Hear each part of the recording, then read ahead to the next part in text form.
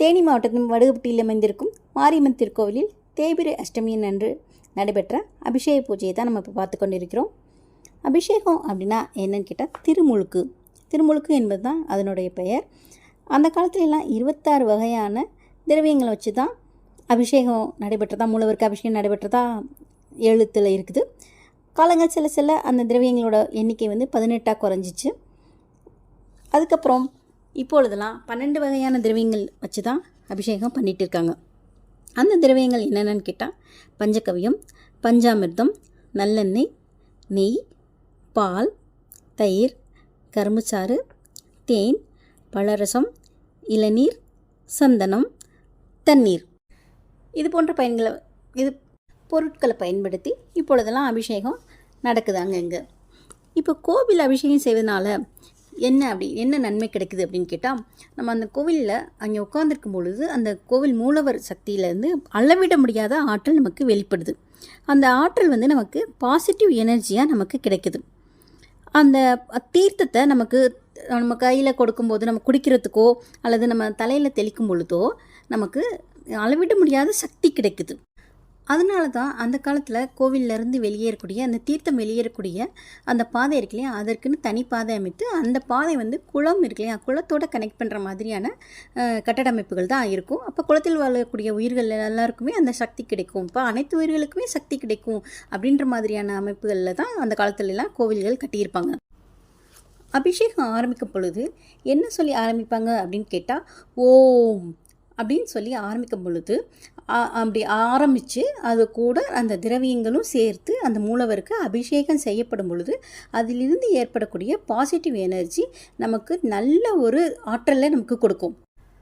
அந்த சவுண்டு நம்ம காதில் கேட்கும் பொழுது நம்ம மனதில் ஏற்பட்டிருக்க சில பிரச்சனைகள், குழப்பங்கள், அது மாதிரி என்ன ஒரு பிரச்சனைகளாக இருந்தாலும், மன போராட்டம், ஏதோ ஒரு மன குழப்பங்கள் என்ன இருந்தாலுமே அது ஒரு அமைதி பெறும், மன அமைதி கிடைக்கும். இந்த மாதிரி அபிஷேகம் பார்க்கும் பொழுது அந்த சவுண்டு எல்லாமே சேர்த்து கேட்கப்படும் பொழுது நம்மளோட மன அமைதி பெறும்.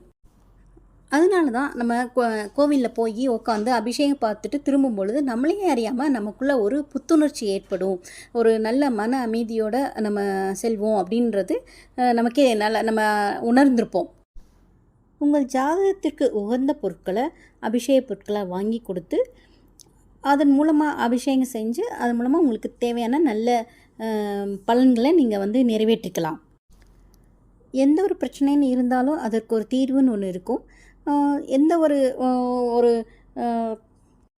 அந்த பிரச்சனைகளை இறைவனிடம் சமர்ப்பித்துட்டு அதுக்கு தேவையான அபிஷேக பொருட்களை வாங்கி கொடுத்து நம்ம அதிலேருந்து வெளிப்படலாம் அப்படின்றது தான் அந்த காலத்து முன்னோர்கள் நமக்கு சொல்லிக் கொடுத்த ஐதீகம். அபிஷேகத்தை காண்பதும் அதை மனதில் நிலைநிறுத்துவதும் பல ஜென்ம பாவங்களை துடைத்தெறியும் அப்படின்னு சொல்கிறாங்க. ஓகே, இப்போ என்னென்ன பொருட்கள் அபிஷேக பொருட்கள், அதன் மூலமாக அதற்கு கிடைக்கிற பலன் என்ன அப்படின்றத பார்க்கலாம். அபிஷேக பொருள் பால் வாங்கி கொடுக்கறதுனால என்னென்ன பலன் கிடைக்கும் அப்படின்னு பார்த்திங்கன்னா, நோய் தீரும். ஏதோ ஒரு நோய் இருக்கும் பட்சத்தில் நோய் தீரணும்னு வேண்டிக்கிட்டு அதற்கான பால் வாங்கி கொடுத்தோ அந்த மாதிரி வாங்கி கொடுக்கும் பொழுது நோய் தீரும்னு சொல்கிறாங்க. ஆயுள் விருத்தி ஏற்படும், சகல சௌபாக்கியங்கள் கிடைக்கும். இதுதான் பால் வாங்கி கொடுத்து அந்த அபிஷேகத்தை காண்பது மூலமாக ஒருத்தவங்களுக்கு கிடைக்கக்கூடிய பலன்.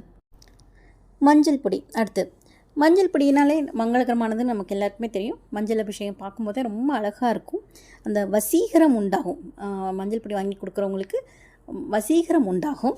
அப்புறம் ஏதோ ஒரு சமயத்தில் ஒருத்தவங்களுக்கு உதவி தேவைப்படுது அப்படின்னா இந்த மாதிரி மூலவருக்கு மஞ்சள் பொடி வாங்கி கொடுத்து அந்த உதவி கிடைக்கணும், அந்த பிரச்சனைகளுக்கு ஏற்ப அந்த ஏதோ ஒரு உதவி தேவைப்படுதுன்னா அந்த உதவி கிடைக்கணும் அப்படின்னு சொல்லி நம்ம வாங்கி கொடுக்கும் பொழுது அந்த அதற்கு உண்டான உதவி கிடைக்கும். அடுத்து என்ன அப்படின்னு கேட்டிங்கன்னா, திருமஞ்சன பொடி வாங்கி கொடுக்கறதுனால கடன் குறையும்.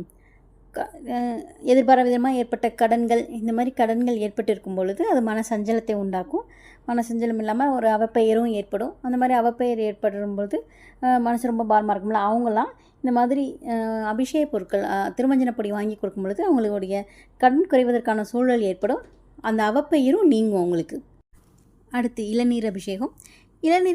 இப்போ பௌர்ணமி பூஜை அன்றைக்கி எல்லா இடத்துலையுமே, எல்லா கோவில்லையுமே இளநீர் அபிஷேகம் நடைபெற்றது எல்லாருமே பார்த்துருப்போம். மன அமைதி கிடைக்கும், குடும்ப ஒற்றுமை பிறகும். இளநீர் அபிஷேகம் செய்வதனால தான் நமக்கு குடும்ப ஒற்றுமை கிடைக்கும். அதனால் இளநீர் வந்து எல்லா இடத்துலையுமே வாங்கி கொடுப்பாங்க. நல்லெண்ணெய் வாங்கி கொடுப்பதனால், அந்த அபிஷேகத்தை காண்பதனால் யம பயம் அகலும். சில பேருக்கு பயம் இருந்துகிட்டே இருக்கும், மனசுக்குள்ளே ஒரு இது பயம் இருந்துகிட்டே இருக்கும். அந்த மாதிரி இருக்கவங்கெல்லாம் அபிஷேகத்திற்கு நல்லெண்ணெய் வாங்கி கொடுக்கலாம். அடுத்தது சர்க்கரை வாங்கி கொடுப்பதனால என்னென்னா, எதிரிகள் விலகுவார். எதிரிகள் வந்து நம்ம எதிரியே இல்லாமல் போயிடுவாங்க. அப்படின்னா எதிரிகள் விலகுவர். அந்த சூழ்நிலை வந்து நமக்கு சாதகமாக அமைந்து அந்த எதிரிகள் வந்து விலகுவார்கள். அடுத்து சந்தன அபிஷேகம் கொடுப்பதனால லக்ஷ்மி கடாட்சம் உண்டாகும். சந்தன அபிஷேகம் நம்ம எல்லாருமே பார்த்துருப்போம், நிறைய இடத்துல பார்த்துருப்போம். அது மாதிரி வாங்கி கொடுக்கும்பொழுது அவங்களுக்கு கொடுக்குறவங்களுக்கு லக்ஷ்மி கடாட்சம் உண்டாகும். திருநீர் அபிஷேகம். திருநீர்னாலே நமக்கு மன தூய்மையை கொடுக்கும் அப்படிங்கிறது நம்ம எல்லாருக்குமே தெரியும். திருநீர் நம்ம ஏதோ ஒரு பயம் இருக்கும்பொழுது நம்ம வந்து திருநீர் எடுத்து பூசிக்கொள்வோம். அப்போ அது வந்து நமக்கு ஒரு மன தைரியத்தை கொடுக்கும், மன தூய்மையை கொடுக்கும். ஸோ திருநீர் அபிஷேகம் மன தூய்மைக்காக நம்ம வாங்கி கொடுக்கலாம். அடுத்து தேன் அபிஷேகம் பார்ப்பதனால வாங்கி கொடுப்பதனால என்ன பலன் அப்படின்னு கேட்டால், குரல் வளம் இனிமையாகும். பாடுறவங்களாம் நிறைய இருப்பாங்க, அவங்களாம் வந்து தேன் வாங்கி கொடுக்கும் பொழுது அவங்களுக்கு குரல் வளம் இனிமையாகும். அதுபோல் விவசாயம் செய்பவர்களும் அவங்க வந்து தேன் வாங்கி கொடுக்கும் பொழுது அவர்களுக்கு நல்ல விளைச்சல் உண்டாகும். அடுத்து பன்னீர் அபிஷேகம் கொடுப்பதால் என்ன கிடைக்கும் அப்படின்னு கேட்டால், மரியாதை ஏற்படும். நம்ம இருக்கக்கூடிய இடங்களில் இல்லை நம்ம செல்லக்கூடிய இடங்களில் நமக்கு நல்ல மரியாதையை ஏற்படுத்தி கொடுக்கும் இந்த பன்னீர் அபிஷேகம் காண்பதாலோ அல்லது பன்னீர் மூலவருக்கு வாங்கி கொடுப்பதாலோ. அடுத்து எலுமிச்சை சாறு அபிஷேகம் என்ன பலன் கொடுக்கும் கேட்டால், மனநோயை நீக்கும். மனத்தில் சில குழப்பத்தோடைய சில பேர் இருப்பாங்க, அந்த மாதிரி இருக்கிறவங்களுக்கு எலுமிச்சை சாறு வாங்கி கொடுக்கும் பொழுது மனநோயை போக்கும். கரும்புச்சாறு பிணிகளை அகற்றும். அடுத்து தண்ணீர் எண்ணிக்கைக்கு ஏற்ப எண்ணங்களை நிறைவேற்றும். அடுத்ததாக அன்னாபிஷேகம் நம்ம பார்த்துருப்போம். அன்னாபிஷேகம் சகல சௌபாக்கியங்களையும் கொடுக்கும். கடைசியாக தயிர். சந்ததிகளுக்காக நம்ம வாங்கி கொடுக்குற ஒரு பொருள் தான் தயிர் வாங்கி கொடுக்கும் பொழுது குழந்தை பாக்கியம் உண்டாகும். அதனால் எப்பொழுதுமே தயிர் எல்லா அபிஷேக பொருட்களோட தயிரும் சேர்த்து நம்ம வாங்கி கொடுக்கணும் அப்படின்றது பெரியவங்களோட அறிவுரை. இவ்வளவு சிறப்பு மிக்க அபிஷேக பொருட்களை வாங்கி கொடுத்து இந்த அற்புதமான அபிஷேகத்தை பார்த்த அனைவருக்கும் வணக்கத்தை தெரிவித்துக் கொள்கிறேன். இந்த அபிஷேகம் முடிந்ததும் அருகிலுள்ள அம்மன் ஆலயத்திற்கு சென்று விளக்கு போட்டு இந்த தேய்பிறை அஷ்டமி பூஜையை நிறைவு செய்வார்கள். இவ்வாறு தான் அங்கு அந்த மாரியம்மன் கோவிலில் காலமாக கடைபிடிக்கப்பட்டு வருகிறது. அபிஷேகம் முடிந்து அம்மனுக்கு அலங்காரம் செய்யப்பட்டு அம்மனின் அழகான திருவுருவம்